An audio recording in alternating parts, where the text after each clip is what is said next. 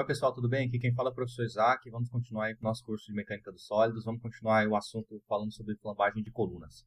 Hoje vai ser um pouco diferente, vamos avançar um pouco nesse estudo. Vamos falar um pouco sobre a fórmula da secante. Então a ideia é a gente trabalhar agora com carga excêntrica. E para a gente trabalhar com carga excêntrica, a fórmula que a gente vai utilizar é essa equação que a gente conhece como a fórmula da secante. Certo? Então, quando nós temos esse carregamento excêntrico, conforme está representado aqui em cima, eu vou gerar um momento nessa peça. Observe, eu tenho um braço de alavanca e tenho uma carga, eu vou gerar um momento nessa peça. E esse momento nessa peça vai forçar essa peça a ter uma flexão. Né? E essa flexão vai forçar essa peça a ter uma instabilidade, uma saída lateral. Então, em função disso, nós não conseguimos mais aplicar aquela equação de carregamento crítico que nós vimos na aula passada, que é o P crítico, não é? Que vai ser equivalente a π elevado ao quadrado vezes a rigidez, não é isso? Ó, EI dividido pelo comprimento de flambagem ao quadrado. Lembraram? Então, esta equação não vai ser mais aplicada a esse processo, porque a ideia aqui também é a gente estudar o quanto essa peça ela vai sair lateralmente, então nós vamos chamar de Y. Perfeito? Vamos continuar. Então, a ideia aqui é substituir a carga excêntrica dada por uma carga P em um conjugado de momento. Aí, qual esse momento, conforme eu falei anteriormente, na tela anterior, vai ser proporcional a quem? A carga vezes a excentricidade, que vai gerar essa saída lateral, que nós vamos chamar de Y máximo. Ok? Então, aqui só lendo aqui para formalizar, fica claro que por menor que seja a carga P e a excentricidade E, o conjugado MA sempre irá provocar uma flexão. Verdade, né? E a gente tem uma excentricidade no topo dessa coluna. E é uma carga pontual sendo aplicada. Então, vai gerar um momento. Não é isso? Então, esse momento vai gerar o quê? Alguma flexão nessa coluna ela vai gerar, né? Porque o momento ele vai existir. E se a carga excêntrica aumentar, aumenta também o conjugado desse momento. Não é verdade? Como nós acabamos de falar. O que provoca uma majoração na flexão da coluna. Atenção aqui, ó. Atenção para essa equação. Essa aqui é a excentricidade. Então, o que está dizendo essa frase? Que se eu aumento a excentricidade, obviamente, o momento vai aumentar. Então, é uma reação em cadeia. Aumenta a excentricidade, aumenta o momento, aumenta a tendência, né, de ter essa flexão na coluna. Perfeito? Assim, nós temos a seguinte equação da deflexão máxima, que é essa aí, ó. Vamos só lembrar, né, que como a gente fala que é a fórmula da secante, é importante a gente lembrar que a secante ela é o inverso do cosseno. Eu trouxe aqui só para você lembrar lá da época de trigonometria, tá? Quem não lembra, tá aí. E nós sabemos que essa secante ela não pode chegar a um valor de π sobre 2, pensando obviamente nos valores agora em radiano, não estou pensando em grau. Ok? Π sobre 2, vamos lembrar? 90 graus. Então isso significa o quê? Que a minha relação vai tender ao infinito, né? Então isso aqui obviamente não vai acontecer, ela não vai tender ao infinito. Então a gente não pode deixar isso acontecer. Então o que a gente faz para saber qual é o carregamento crítico limite, né? Então a gente vai pegar isso aqui, igualar π sobre 2, isolar a carga P e ver o que vai dar. Ó, para surpresa de vocês ou não, olha o que a gente vai ter, ó. A gente vai ter que o carregamento crítico vai ser igual àquela equação que nós vimos anteriormente. Então aquela equação vem dessa relação. Então aqui é só exemplificando, tá? Eu coloquei aqui uma parte teórica aí para você na hora que estiver estudando, dar uma congelada nessa tela aí, ler esses conceitos, que foi a explicação do que a gente acabou de fazer. Olha lá, embora a deflexão realmente não atinja um valor infinito, ela se torna inaceitavelmente grande. Não é assim? Então a carga P não deve atingir o valor crítico que satisfaz essa equação. Dessa equação, então, a gente calcula o carregamento crítico da coluna, né? Que é o mesmo valor para a carga centrada, que foi o que eu acabei de comentar. Assim, nós calculamos o valor da rigidez. Olha só o que vamos fazer. Ó. Aí, o que você vai pegar e fazer? Você vai pegar aqui, vai calcular o valor dessa rigidez, vai isolar ela e vai substituir lá naquela equação anterior. Porque quando você fizer isso, você vai encontrar essa nova equação aqui, ó. E essa nova equação vai ser em função do carregamento que vai estar acontecendo na peça, dividido pelo carregamento crítico. E muitas vezes, nos problemas que são propostos de mecânica dos sólidos, resistência dos materiais, esse carregamento que está sendo proposto é o carregamento admissível, que é o que a gente chama de P admissível.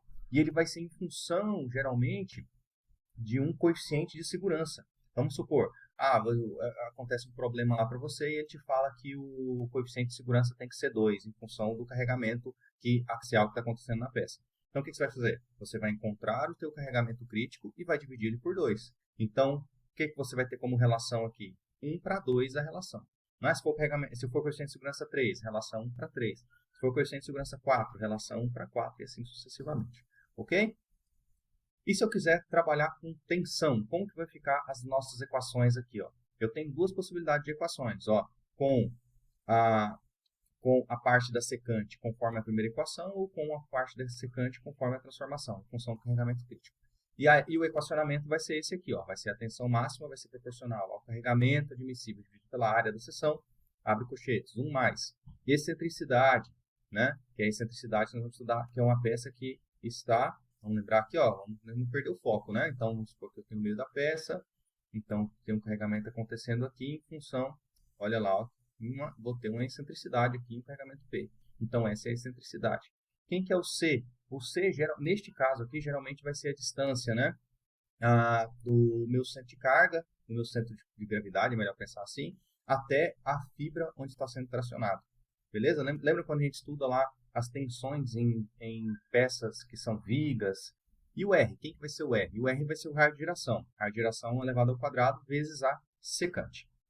Feito isso, temos o equacionamento, vimos como a gente estuda o y, né, que vai ser o deslocamento, né? Vimos como nós vamos calcular as tensões que vão acontecer na peça em função dessas compressões. Agora é só aplicar. Então, com isso, temos aqui um problema que nós vamos resolver juntos agora.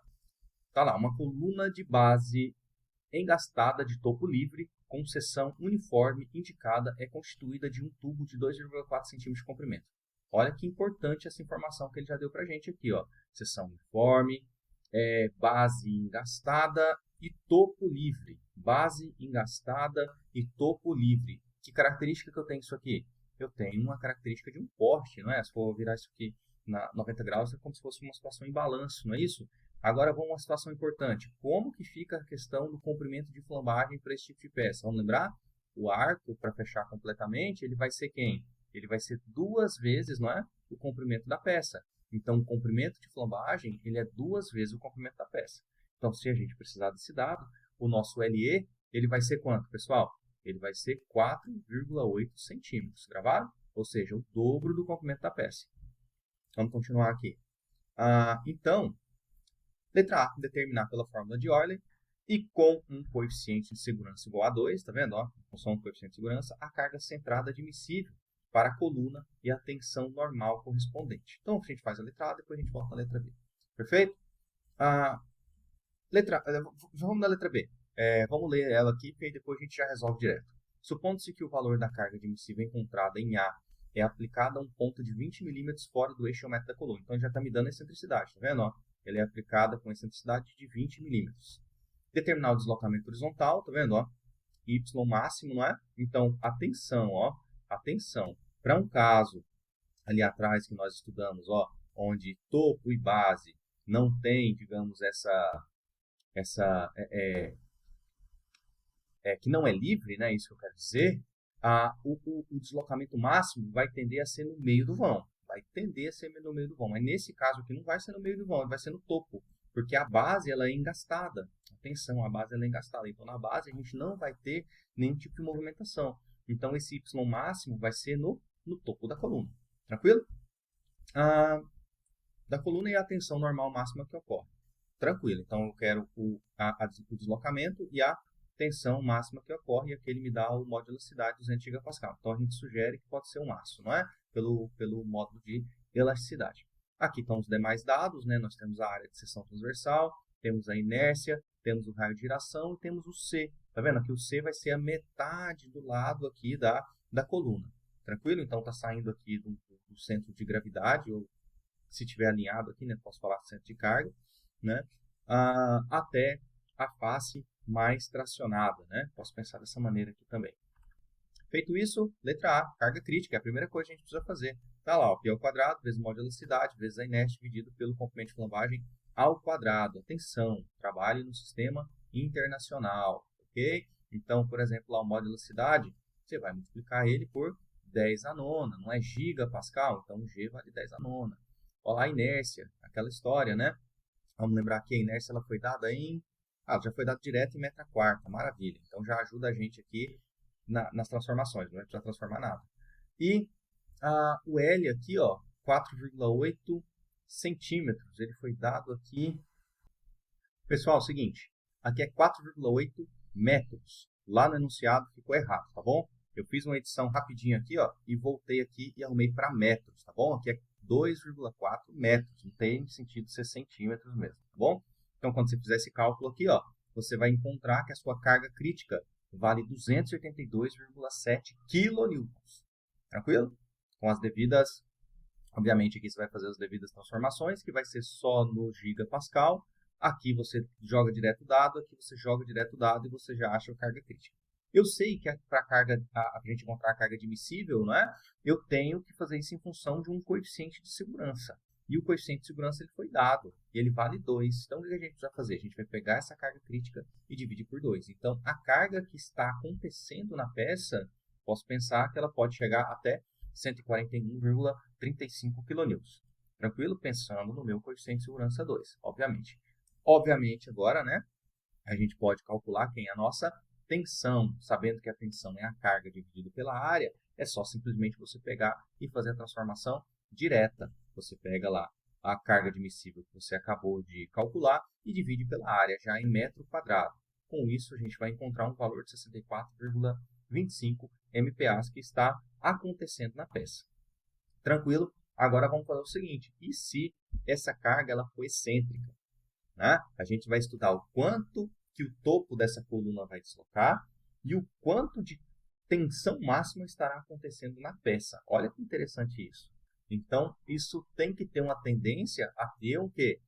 A ter uma tensão maior na peça quando eu tenho uma excentricidade.